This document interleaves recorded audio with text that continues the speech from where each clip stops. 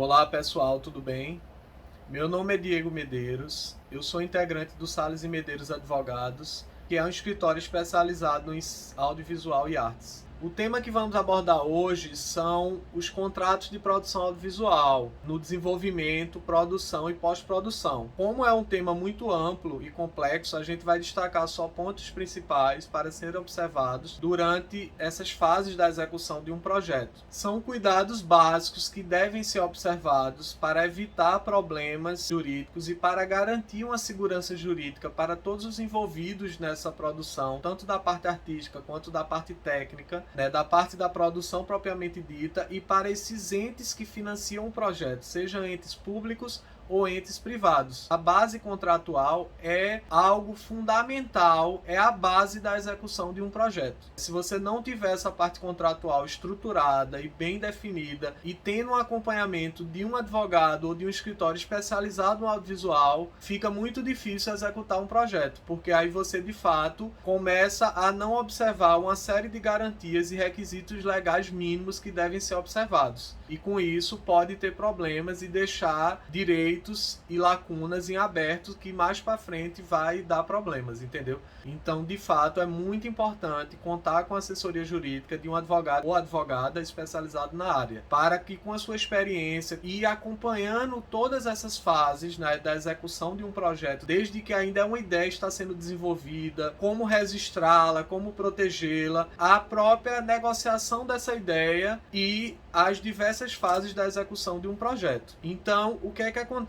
À medida que essa ideia ela é evoluída para um argumento ou para um roteiro, o ponto básico que indicamos é o registro dessa ideia na Biblioteca Nacional, que no caso vai ser o argumento audiovisual ou já o roteiro audiovisual, caso ele já esteja pronto o roteiro. Se só tiver o argumento, já é possível fazer o registro na Biblioteca Nacional. Indicamos que seja feito na Biblioteca Nacional porque tem fé pública e é um órgão responsável por isso. Mas mesmo que esse registro não seja feito, se você já tem um protocolo, já é o mínimo de segurança jurídica necessária. Porque inclusive editais para desenvolvimento ou para produção, eles aceitam, a própria Ancine inclusive, aceita o protocolo. Então se você tem um protocolo, já é o mínimo de segurança jurídica que você tem, inclusive para comprovar a autoria e comprovar a anterioridade do pedido do registro. Então é super importante que à medida que essa ideia ela evolua para um argumento ou para um roteiro, que seja registrado na Biblioteca Nacional. À medida que está pronto esse argumento ou esse roteiro, o desenvolvimento de uma obra não só é o desenvolvimento de um argumento e de um roteiro, e se for uma série de diversos argumentos ou diversos roteiros, não só isso, mas a negociação desses direitos para a produção da obra. Então, assim, existem vários formatos de negociação de roteiro,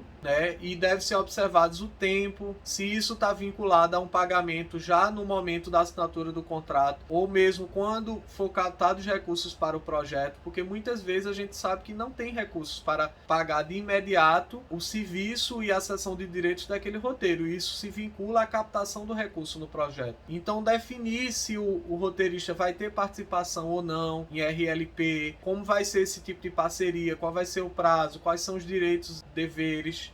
Então, assim, algo base no projeto que é materializado através de contratos, principalmente em casos de produção associada e contratos de coprodução, é ser definidas as obrigações e responsabilidade de todas as partes. Quem é que vai captar o recurso? Quem é que vai escrever o projeto na Ancine? Quem é que vai ser o proponente? Quem é que vai lidar com a prestação de contas? Quem é que vai ser responsável por negociar os contratos? É muito importante que cada detalhe desse seja muito bem definido no contrato para evitar problemas, porque muitas vezes, pela nossa experiência, a gente vê os problemas ocorrerem porque esses pontos não foram estabelecidos de forma muito clara e objetiva nos contratos. Seja eles contratos de produção, que aí envolve não só a prestação de serviço, mas a questão da cessão de direitos, como nos contratos de produção associada e de coprodução, que precisam ter muito bem estabelecidos o prazo, a forma de remuneração, a forma de participação e as obrigações e deveres de cada parte, certo, pessoal? Então, isso são noções básicas. Caso surja alguma dúvida, nós estamos à disposição para tirar com vocês.